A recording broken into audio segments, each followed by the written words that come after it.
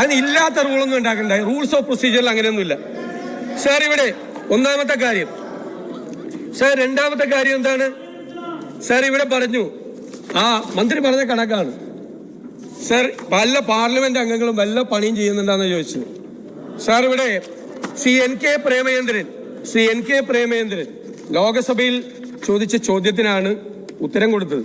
അതാണ് ശ്രീ രാഹുൽ മാങ്കൂട്ടത്തിലൂടെ പറഞ്ഞത്. അതിൽ പറഞ്ഞു, വളരെ സംസ്ഥാനത്തിന് വേണ്ടിയിട്ടാണ് ചോദിച്ചിരിക്കുന്നത്, സ്റ്റേറ്റിന്റെ ഇൻട്രസ്റ്റ് ആണ് ആ ചോദ്യങ്ങൾ മുഴുവൻ. അപ്പൊ അവർ പറഞ്ഞിരിക്കുന്നത് 2024-25 സാർ ഇതിന് സെപ്പറേറ്റ് ആയിട്ട് ഇയർ മാർക്ക് ചെയ്തുള്ള പൈസ അല്ല കൊടുക്കുന്നത്, NHMന്റെ ഫണ്ടിലാണ് കൊടുക്കുന്നത്. മന്ത്രി വളരെ ബുദ്ധിപൂർവ്വം 60-40 എന്ന് പറഞ്ഞത് കറക്റ്റാണത്. 60-40 NHMന്റെ ഫണ്ടാണ് കൊടുക്കുന്നത് സാർ. NHMന്റെ കൊടുക്കാനുള്ള ഫണ്ട് 913 കോടി കൊടുക്കേണ്ട സ്ഥലത്ത് 815 കോടി രൂപ കൊടുത്തു. ഏത് ഈ ജനുവരി 25 ആയപ്പോൾ കൊടുത്തു കഴിഞ്ഞു ഈ ഫിനാൻഷ്യൽ ഇയറിലെ പൈസ. ഇനി എന്ത് 1.5 മാസം 2 മാസം കൂടി ഉണ്ട്. അപ്പൊ ബാക്കി 100 കോടി രൂപ കൊടുക്കാനുള്ളൂ. ആ 97 കോടി രൂപ എന്ന് പറയുന്നത് മൊത്തം NHMന്റെ ആണ്, അല്ലാതെ ഇൻസെന്റീവ് അല്ല. Please let me complete. Incentive അല്ല, ഈ ഇൻസെന്റീവിന്റെ തുകയല്ല, മൊത്തം NHMന് കൊടുക്കാനുള്ള തുകയുടെ അല്ലെങ്കിൽ 900 കോടി രൂപ NHMന് കൊടുക്കണോ? അല്ല, ഈ ആശാ വർക്കർമാർക്ക് കൊടുക്കണോ? മൊത്തം NHMനുള്ള തുകയിൽ 97 കോടിയാണ് കൊടുക്കാനുള്ളത്.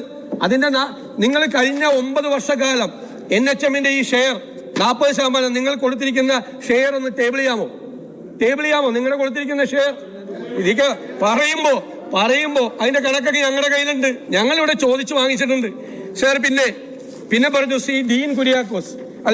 ശ്രീ ജി കുമാർ നായിക്, അദ്ദേഹം പാർലമെന്റിൽ ചോദിച്ച ചോദ്യത്തിനാണ്, പാർലമെന്റിൽ കിട്ടിയിരിക്കുന്ന മറുപടിയാണ് സിക്കിം ഗവൺമെന്റ് 6000 രൂപയിൽ നിന്നും 10000 രൂപയായി വർദ്ധിപ്പിച്ചിരിക്കുന്നു എന്ന് പറഞ്ഞത്. മനസ്സിലായോ? പാർലമെന്റിൽ കിട്ടിയ മറുപടിയാണ് സാർ. അതിൽ തന്നെ ആന്ധ്രാപ്രദേശ് 7000 രൂപ ഓണറേറിയം കൊടുക്കുന്നുണ്ട് എന്ന് അതിന്റെ അകത്ത് പാർലമെന്റിൽ കിട്ടിയ മറുപടിയിൽ അതിന്റെ അകത്ത് എഴുതിയിട്ടുണ്ട്. ഇത് ശരിയാണ്. മൻമോഹൻ സിംഗ് കൊണ്ടുവന്നപ്പോ വോളണ്ടിയർ ആയിട്ടാണ് ആശാ വർക്കേഴ്സിന്റെ യൂണിയൻ നേതാക്കളെ എല്ലാം വിളിച്ചു ചേർത്ത് അവരുടെ ഓണറേറിയം 10000 രൂപയാക്കി വർദ്ധിപ്പിക്കാൻ തീരുമാനിച്ചു. എന്നിട്ട് കർണാടക മുഖ്യമന്ത്രി ചെയ്തെന്താണെന്നറിയാമോ? ഹെൽത്ത് കമ്മീഷണറെ ഇവരെ സമരം ചെയ്യുന്ന ആ മൈതാനത്ത് വിട്ട് ആ ഹെൽത്ത് കമ്മീഷണർ ഇത് അനൗൺസ് ചെയ്തു, 10000 രൂപയാക്കി ഇത് വർദ്ധിപ്പിച്ചിരിക്കുന്നു. സാർ, അവരുടെ സന്തോഷം കണ്ടോ? അവരുടെ സന്തോഷം 10000 രൂപ സാർ. അതാണ് മുഖ്യമന്ത്രി.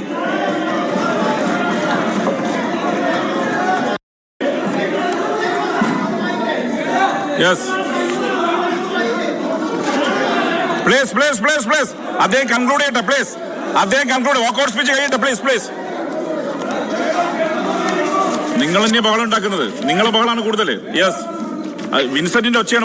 അതുപോലെ വിവിധ സംസ്ഥാനങ്ങളിൽ ഇപ്പൊ പറഞ്ഞു, വെസ്റ്റ് ബംഗാൾ അവരവരുടെ ആനുകൂല്യങ്ങൾ, അത് റിട്ടയർ ചെയ്യുമ്പോൾ ആനുകൂല്യങ്ങൾ പ്രഖ്യാപിച്ചു ഓരോ തരത്തിൽ. പിന്നെ കേരളത്തിലാണ് സാർ പണ്ട് മുതലേ വിദ്യാഭ്യാസ രംഗവും ആരോഗ്യരംഗവും ഏറ്റവും നന്നായി കൊണ്ടുപോകുന്ന സംസ്ഥാനമല്ല കേരളം. എത്രയോ വർഷമായിട്ട് കേരളത്തിലെ ആശാ വർക്കർമാരുടെ ജോലി ഇന്ത്യയിലെ ഏതെങ്കിലും സംസ്ഥാനങ്ങൾക്ക് ഉള്ള ആശാ വർക്കർമാർക്ക് ആ ജോലി ഉണ്ടോ സാർ? ഉണ്ടോ? നമ്മൾ അറിയണ്ടേ. അത്രയും ജോലി ആരെങ്കിലും ചെയ്യുന്നുണ്ടോ? ഇത് ശരിയാണ്. മൻമോഹൻ സിംഗ് കൊണ്ടുവന്നപ്പോ വോളണ്ടിയർ ആയിട്ടാണ് കൊണ്ടുവന്നത്, വോളണ്ടിയർ സർവീസ് ആയിട്ടാണ് കൊണ്ടുവന്നത്. 2 മണിക്കൂർ ജോലി ചെയ്താൽ മതി എന്നാ പറഞ്ഞത്. 1-2 മണിക്കൂർ ഒരു ദിവസം, ബാക്കിയുള്ളത് ഏതെങ്കിലും ജോലിക്ക് പോകാന്ന് പറഞ്ഞു. ഇപ്പൊ പറ്റുമോ സർ? ഒരു ആശാ വർക്കർക്ക് ജോലിക്ക് പോകാൻ പറ്റുമോ സാർ? 12-14 മണിക്കൂറാണ് സാർ ജോലി. സാർ, എന്താണ് കുട്ടികളുടെ ഇഞ്ചക്ഷൻ, കുഷ്ഠരോഗ നിവാരണത്തിന്റെ ഭാഗമായിട്ടുള്ള ഏർലി ഡിറ്റക്ഷൻ, പിന്നെ ഗർഭിണിയെ 3 മാസത്തിനുള്ളിൽ കണ്ടെത്തി രജിസ്റ്റർ ചെയ്യിപ്പിക്കുക, വാർഡ് റിപ്പോർട്ട് തയ്യാറാക്കുക, വാർഡ് തല അവലോകന യോഗം നടത്തുക, സബ് സെന്റർ അവലോകന യോഗത്തിൽ പങ്കെടുക്കുക, പഞ്ചായത്ത് അവലോകന യോഗത്തിൽ പങ്കെടുക്കുക, ആരോഗ്യ സംബന്ധിയായ ക്ലാസ് നടത്തുക, ആക്ടിവിറ്റി നടത്തുക, വൾണറബിളായി വ്യക്തികളുള്ള 10 വീടുകളിൽ സന്ദർശനം നടത്തുക, മാസത്തിൽ 4 ദിവസം ഡ്യൂട്ടി. സാർ, വീട്ടിൽ ചെന്ന് കഴിഞ്ഞാൽ ഈ പാവങ്ങൾ വീട്ടിൽ ചെന്ന് കഴിഞ്ഞാൽ ഈ കുത്തിക്കുറിക്കലും കണക്കുമായിട്ട് രാത്രി പാതിര വരെ ഇരിക്കണം. നമ്മൾ ഇതൊന്ന് കാണാതെ പോകരുത്. നിങ്ങൾ എന്തിനാണ് കേരളത്തിൽ എത്രമാത്രം സമരം നിങ്ങൾ ചെയ്തിരിക്കുന്നു, ഞങ്ങൾ ചെയ്തിരിക്കുന്നു, ഏതെല്ലാം രീതിയിലുള്ള ആവശ്യങ്ങൾക്ക് വേണ്ടി സമരം ചെയ്തിരിക്കുന്നു. ട്രാൻസ്പോർട്ട് ബസ് കത്തിച്ചിട്ട് അതിനകത്തിരിക്കുന്ന 4 പേരും എന്തു മരിച്ച ഒരു സമരം കേരളത്തിൽ ഉണ്ടായിട്ടുണ്ട്. സാർ അങ്ങനെ എത്ര സമരം കേരളത്തിൽ ഉണ്ടായിട്ടുണ്ട്.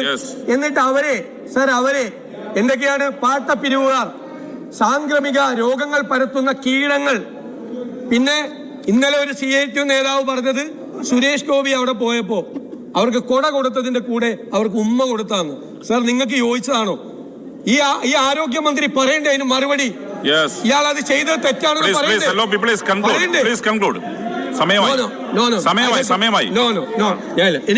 എനിക്ക് പറയാനുള്ളത് പറയണം. സമയം കഴിഞ്ഞ കട്ട് ചെയ്യും, അത്രേ ഉള്ളൂ. അങ്ങനെ ബഹളം ഉണ്ടാക്കി സമയം ഞാൻ പറഞ്ഞിട്ടേ പോകും.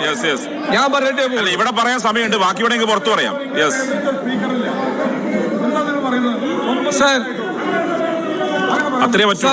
സാർ അവരുടെ ജോലി ഭാരം മനസ്സിലാക്കി അവരോട് ന്യായമായ തീരുമാനമെടുക്കണം. സാറ് സമരം ചെയ്തത് തെറ്റാണോ? ഒരു ന്യായമായ ആവശ്യത്തിന് വേണ്ടി 12ഉം 14ഉം മണിക്കൂർ ജോലി ചെയ്യുന്ന സ്ത്രീകൾ തിരുവനന്തപുരത്ത് വന്ന് സമരം ചെയ്യുമ്പോൾ സാർ എനിക്ക് ഗവൺമെന്റിനോട് അഭ്യർത്ഥിക്കാനുള്ളത്, മുഖ്യമന്ത്രി അവരെ വിളിച്ച് ചർച്ച ചെയ്യണം. സാർ, കർണാടക മുഖ്യമന്ത്രി ചെയ്തതുപോലെ ബഹുമാന്യനായ മുഖ്യമന്ത്രി അവരോട് ചർച്ച ചെയ്ത് തീരുമാനമെടുക്കണം. നിങ്ങളുടെ മാനിഫെസ്റ്റോയിൽ നിങ്ങൾ 21,000 രൂപ കൊടുക്കാം എന്ന് നിങ്ങൾ പറഞ്ഞതല്ലേ? അപ്പോ അവര് ആ ആവശ്യം ഉന്നയിച്ചുകൊണ്ട് അവർ സമരം ചെയ്യുമ്പോൾ ആ സമരം എങ്ങനെ തെറ്റായി മാറും? സാർ, ഞങ്ങൾക്ക് ഏറ്റവും വലിയ പ്രതിഷേധം. പ്ലീസ് അല്ല, സമയമായി. ബഹുമാനപ്പെട്ട പ്രതിപക്ഷ നേതാവ് ചേർന്ന് നോക്കിയിട്ട് കാര്യമില്ല. സമ്മതിക്കുന്നില്ല, പിന്നെ വേറെ വഴിയൊന്നുമില്ല. അടുത്ത ബിസിനസ് വഴി പോകേണ്ടി വരും, അത്രേ ഉള്ളൂ.